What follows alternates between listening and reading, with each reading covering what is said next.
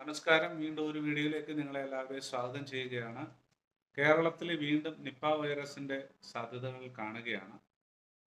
വീണ്ടും നിപ്പ വന്നുവെന്ന് സംശയിക്കത്തക്ക നിലയിൽ ഒരു സ്ഥിരീകരണം വന്നിരിക്കുകയാണ്. ഒരാഴ്ചയ്ക്ക് മുമ്പ് മലപ്പുറത്ത് മരിച്ച ഒരു യുവാവിൻ്റെ സ്രവ പരിശോധനയുടെ പ്രാഥമിക ഫലമാണ് പോസിറ്റീവായിട്ട് വന്നിരിക്കുന്നത്. പൂനെയിലെ ദേശീയ വൈറോളജി ഇൻസ്റ്റിറ്റ്യൂട്ടിലാണ് പരിശോധനാ ഫലം വരത്തക്ക നിലയിൽ എവിടേക്കാണ് കാര്യങ്ങൾ അയച്ചിരിക്കുന്നത്. കഴിഞ്ഞ ചില വർഷങ്ങൾക്ക് മുമ്പ് അങ്ങനെ ഒരു വൈറസ് വരികയും അതിനെ തുടച്ചു നീക്കുകയും ചെയ്ത ഒരു സന്ദർഭമുണ്ട്. എന്നാൽ ഈ അടുത്തിടെയായി വീണ്ടും വന്നതായിട്ട് നമ്മൾ കേട്ടു. എന്നാൽ അത് പെട്ടെന്ന് തന്നെ അതിനെ നിർമ്മാർജ്ജനം ചെയ്യാനായിട്ട് സാധിച്ചു.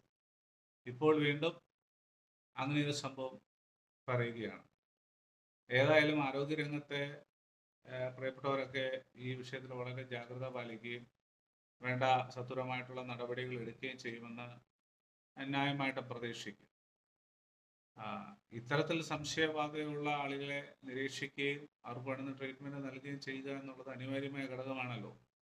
അത് ആരോഗ്യ മേഖലയിലുള്ള പ്രിയപ്പെട്ടവർ അക്കാര്യം ശ്രദ്ധിച്ച് വേണ്ട കാര്യങ്ങൾ ചെയ്യുമെന്നാണ് നമുക്ക് ന്യായമായും ചിന്തിക്കാനായിട്ട് കഴിയുന്നത്. ഇപ്പൊ കേരള സംസ്ഥാനത്തിൽ വീണ്ടും ഒരു നിപ്പ ബാധ വരുന്നു എന്ന് കേൾക്കുമ്പോൾ വളരെ ആശങ്കയോടെ നോക്കിക്കാണുന്ന ഒരു വിഷയമാണ്.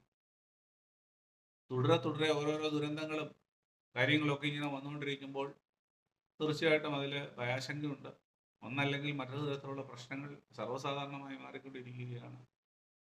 അതുകൊണ്ട് തന്നെ ആരോഗ്യരംഗത്തെ വെല്ലുവിളിക്കത്തക്ക നിലയിലുള്ള ഇത്തരത്തിലുള്ള സന്ദർഭങ്ങൾ കടന്നു വരുമ്പോൾ വീണ്ടും കുറച്ചുകൂടി ജാഗ്രത പുലർത്തുകയും വേണ്ടുന്ന നടപടികൾ എടുക്കുകയും ചെയ്യുക എന്നുള്ളതാണ് ഏറ്റവും അനിവാര്യമായിരിക്കുന്ന കാര്യം.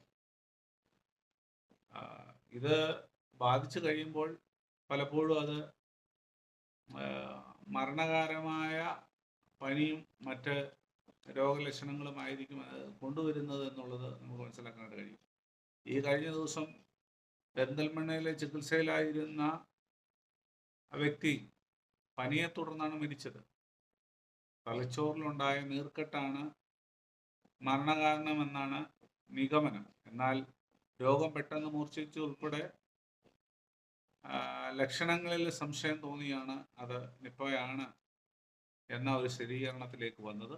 ഏതായാലും ഇത്തരത്തിലുള്ള സംഭവങ്ങൾ ആവർത്തിക്കപ്പെടുമ്പോൾ വീണ്ടും കുറച്ചുകൂടെ ആരോഗ്യരംഗത്ത് ജാഗ്രത പാലിക്കേണ്ടതായിട്ടുണ്ട്.